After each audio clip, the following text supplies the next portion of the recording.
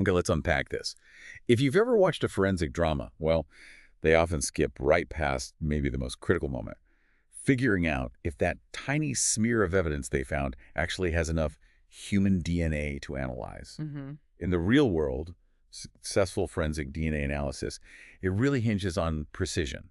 Because the reaction we use, PCR, it needs a narrow, almost perfect concentration of the DNA template. Yeah, we often call that the Goldilocks zone. Not too much, not too little. If you have too much DNA template in your reaction tube, well, you end up generating artifacts. These are sort of byproducts that just mess up the final profile reading. Making it impossible to interpret. Exactly. Interpreting that data becomes, impossible, or at least very, very difficult. And if you swing too far the other way, Yeah. use too little DNA. Then you risk getting what we call a partial DNA profile, which is much harder to match reliably, or sometimes you just get complete profile failure, nothing. But it's not just about the quantity, it's also quality. Crime scene samples they're notoriously poor quality sometimes. They might contain dirt or residue from leather, maybe chemical traces. That interferes. Precisely. All of which can act as PCR inhibitors and just stop the amplification completely. So we need a method that measures the right amount and ideally tells us if these inhibitors are present too. Right, and what's really crucial for people to understand, I think, is that crime scene evidence is almost never pure human DNA, is it? You might have human cells mixed with bacteria, maybe fungal DNA, sometimes even trace DNA from pets or other animals. Absolutely, and that really defines our mission here. We are looking for methods that give us human-specific DNA quantitation. We need to measure only the human component, ignoring all that other stuff. Okay. In fact, quality assurance guidelines, certainly in the U.S., they actually mandate that forensic labs have to estimate the amount of human nuclear DNA in their evidence samples. Got it. So today we're going to kind of trace the history of how labs have tackled this measurement challenge. We'll start with the older, more manual Slot Blot Assay, then move through the faster but kind of non-specific fluorescent dye methods. Right. And finally, we'll land on the modern standard, which is Quantitative PCR, or qPCR. That seems to be the real game changer. It really is. All right, so let's start our journey way back with the historical method. The Slot Blot Assay. This was, you said, the primary way labs detected and quantified human genomic DNA for years. Wow. But it sounds, well, pretty old school technology-wise. Oh, it was incredibly labor-intensive. The chemical process itself involved taking the genomic DNA, treating it with an alkaline solution, basically a strong base, to separate the two DNA strands. Okay, making it single-stranded. Exactly. And then you'd physically spot those single strands onto a special membrane, usually nylon or nitrocellulose, using this device called the Slot Blot apparatus. So you're literally sticking the DNA sample right onto, like, a specialized piece of paper. How did they then figure out if there was human DNA actually on that paper? Right, that was the next step. Detection. They used a process called hybridization. Essentially, they washed the membrane with a solution containing a labeled, short DNA probe, maybe about 40 nucleotides long. And this probe was designed to stick only to human DNA. Well, almost. It was designed to be complementary to a primate-specific satellite DNA sequence. This sequence is found at a specific spot on chromosome 17 called the D17Z1 locus. These are highly repetitive sequences near the chromosome center. Okay, so wait, primate-specific, you mean not strictly human only? That's right. A key limitation. Technically, it couldn't distinguish between human DNA and, say, chimpanzee DNA. Though, thankfully, encountering non-human primate DNA is extremely rare in actual forensic casework. But yes, strictly speaking, it was primate, not human-specific. Okay, so the probe sticks if primate DNA is present. How do they see it? Make it visible. Well, that visualization part evolved quite a bit. Initially, they used hazardous radioisotopes as the label on the probe. Wow. Yeah, you'd expose it to X-ray film to see the signal. That sounds like a major safety headache for the lab techs. It absolutely was. So it was pretty quickly replaced by safer methods. They started using alkaline phosphatase-labeled probes, or sometimes biotinylated probes. How did those work? Well, the probe would bind, and then an enzyme attached to it would trigger a chemical reaction. This reaction produced a visible color change right there on the membrane spot, for instance. Using a chemical like TMB could result in a blue precipitate forming. Ah, okay. A visible color change means you can start thinking about quantifying it. But this brings us back to that bottleneck you mentioned earlier. How did they actually measure how much DNA was there? based on a color spot. Yeah, that was the tricky part. They quantified the unknown sample by comparing the intensity of its color spot to a set of standard samples with known DNA amounts run on the same membrane. So like a color chart comparison. Pretty much. The signal intensity, how dark the blue spot was generally proportional to the DNA concentration. This method typically worked in a range from about 150 picograms up to maybe 10 nanograms of DNA. Okay, but it sounds like the real Achilles heel here, the crucial takeaway from the slot blot era, was human subjectivity, right? Not just the chemistry. Precisely. That's the main limitation. The results were often manually read. It relied heavily on a technician's subjective judgment. How dark does this blue spot look compared to that standard spot? That lack of objectivity, that reliance on the human eye, combined with it being slow and labor-intensive, is really why the slot blot assay was eventually abandoned. Labs needed something more precise, more automated. Okay, so if manual reading and subjectivity were the big problems with the slot blot, what came next? Labs wanted speed, automation, maybe higher throughput. They moved towards the fluorescent intercalating dye assay. Right. This method is significantly faster, and it's particularly useful when you suspect you have only small quantities of DNA. It uses a class of chemicals we call intercalating dyes. Intercalating? Yeah. Meaning they slide in between. Exactly. These are typically flat, planar molecules. They don't break the DNA helix or anything, but they slide in between the base pairs of the double-stranded DNA, like wedging little fluorescent bookmarks into the DNA structure. And when they wedge themselves in there, they light up. Like you mentioned picogreen region earlier. Precisely. When you expose the DNA solution containing the dye to the right wavelength of light in a spectrophotometer, the bound dye molecules fluoresce brightly. You measure that light intensity, compare it against a standard curve made from known DNA concentrations, and get your quantity. Sounds straightforward. Yeah. But you hinted at a flaw, a fatal flaw for crime scene analysis. Yes, the big one. These dyes are not specific to human DNA. They don't care where the double-stranded DNA came from.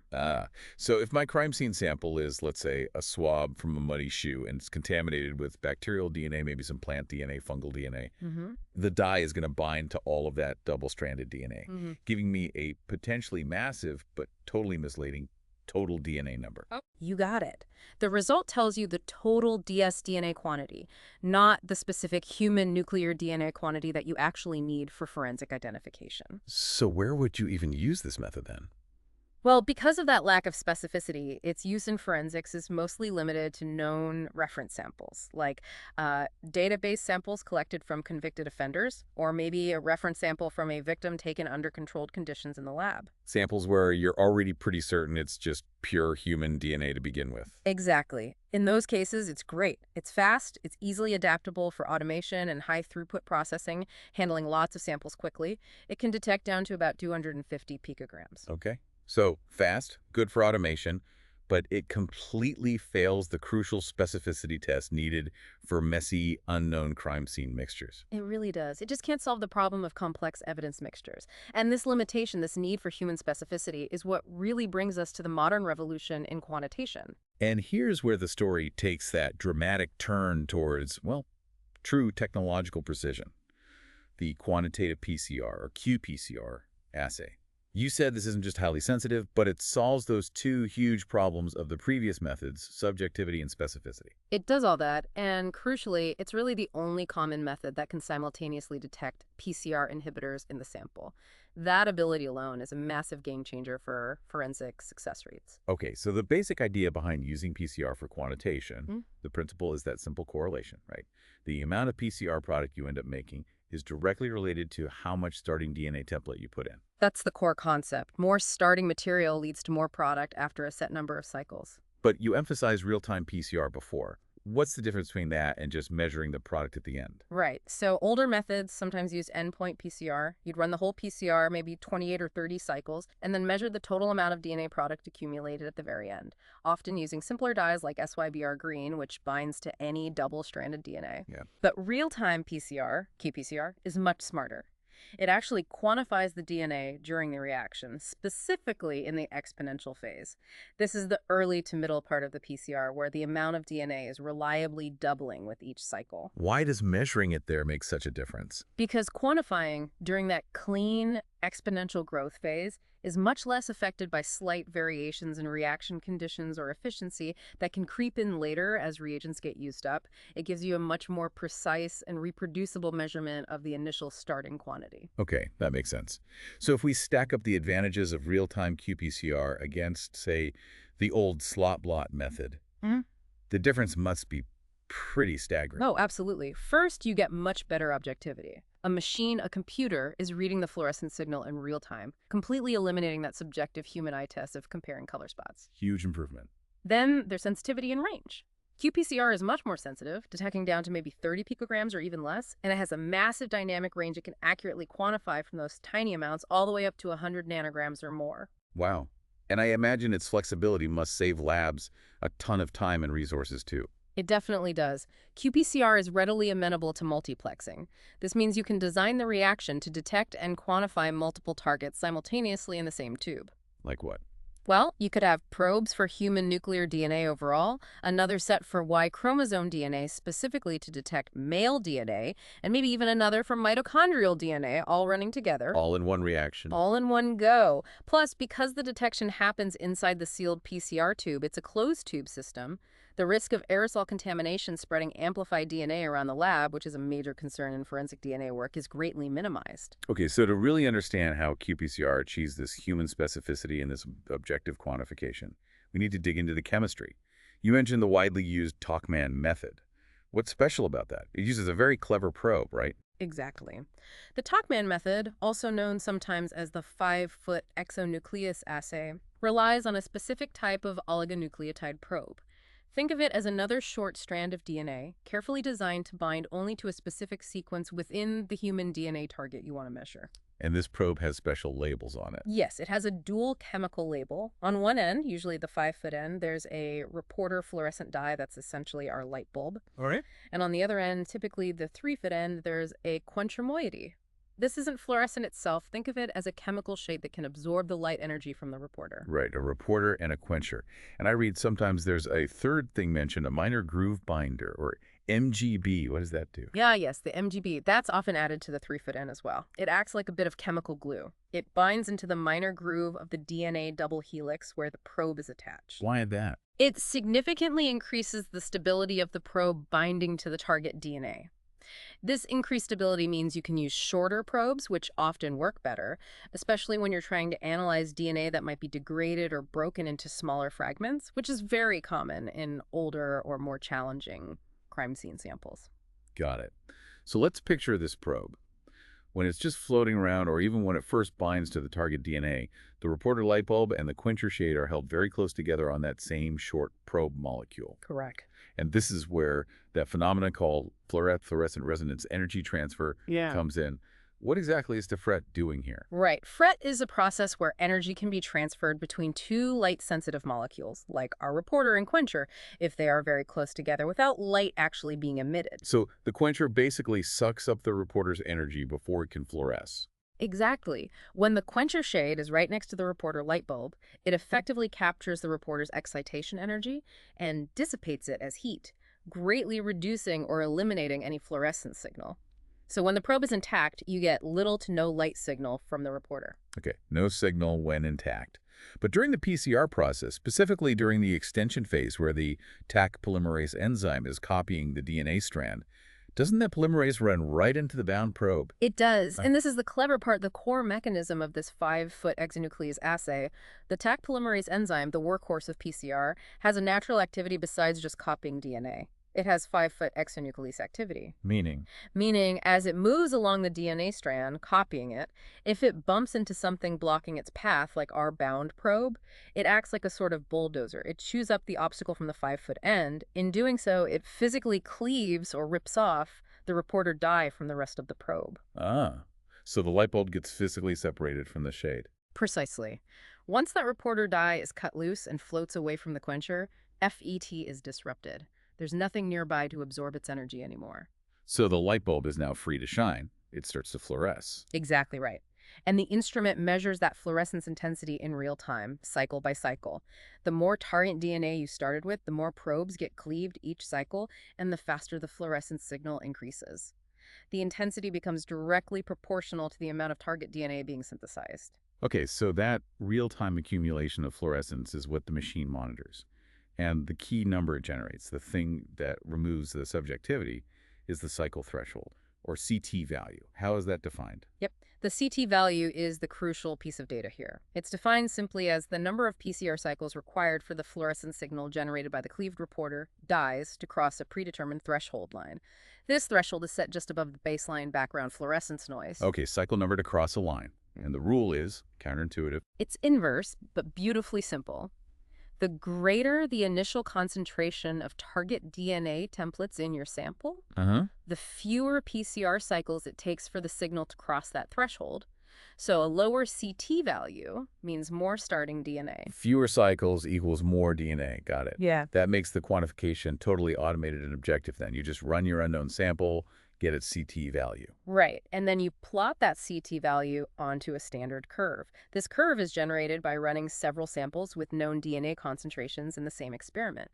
It typically forms a straight line when you plot the CT value versus the logarithm of the starting concentration. So you find where your unknown sample CT falls on that line, and boom, the machine calculates the exact starting quantity. Exactly. It's precise and objective. But there's one more critical component we absolutely have to mention, the safety net built into these qPCR assays. The internal positive control, or IPC. Ah, yes, the IPC. This sounds like the canary in the coal mine, right? Yeah. It tells you if the reaction itself failed for some reason, other than just having very little target DNA. That's a perfect analogy. It is exactly that. The IPC is a known quantity of non-target DNA, usually a synthetic sequence or something non-human, that is deliberately added or fortified into every sample reaction tube right at the beginning. Okay. And there's a separate TaqMan probe and primer set in the reaction mix specifically designed to detect and quantify only this IPC DNA. So you're monitoring both the human target and the IPC simultaneously. So what does the IPC result tell you? Well, since you added a known consistent amount of IPC DNA to every tube, you expect it to amplify efficiently and give a CT value within a predictable range in a normal reaction. Yeah. However, if your sample contains PCR inhibitors, remember those things like chemicals or dirt, Right. those inhibitors will hinder the amplification of both the human target DNA and the IPC DNA. So if you get a result where the human DNA signal is very low or absent, high CT or no CT, and the IPC's CT value is unusually high, meaning it took way more cycles than expected to amplify the IPC.